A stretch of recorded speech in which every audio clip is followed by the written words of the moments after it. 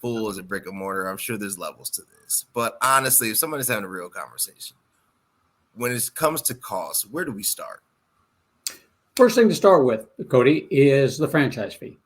So franchise fee is generally going to be the same, pretty close to the same for most franchises. It doesn't matter whether you get into the service industry or brick and mortar. You're looking at about a $50,000 franchise fee, which is a one-time franchise fee that you pay. And to get to know everything that there is to know about that business, they get you out to their offices, they get you trained, they get you going, get you a mentor, one-time fee. Then the other costs are the royalties. The royalties, generally speaking, are between 5 and 10%. And that's what keeps that franchisor in operation. That's their incentive. The more you make, the more they make. So now we look at the real actual costs. The real actual costs are going to be what we call the total investment of that franchise itself. So when you're looking at those brick and mortar places, your McDonald's, your Meineke, your Supercuts, your Great Clips, your Amcos, those brick and mortar places, generally speaking, for a total investment, including the franchise fee, everything you need to get it up and running, you're looking at around $300,000 plus on something like that. So that's a brick and mortar. You build it, and they will come. General theme on that one.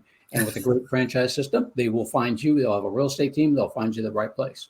Okay. On the other end of the spectrum, we have what's called the service industry.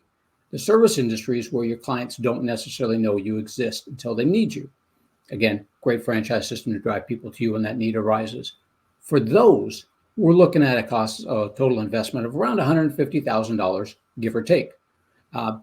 Small office is generally all you need. Quite a few of them you can actually work from home, where you go out and visit with your clients, or your manager does if you do it semi-absentee.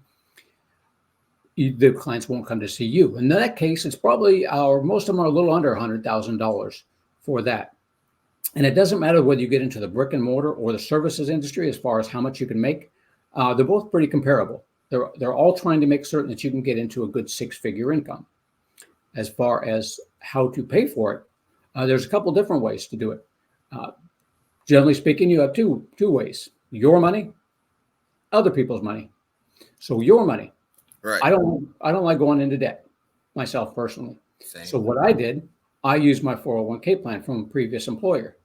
You can do a self-directed 401k plan where you create the C corporation or the company that we have people that fund franchises all the time. By the way, that part's pretty easy. Just depends on which way you want to go. But you can use your 401k plan, create a C corporation, and you just invest your retirement money into that franchise. On that, that's using your own money. Using other people's money, generally speaking, most people think about is the SBA loan. If you're looking at a services type franchise where it's around $150,000, then your SBA loan will require just about 20% down, and the loan will be for, give or take around $150,000. And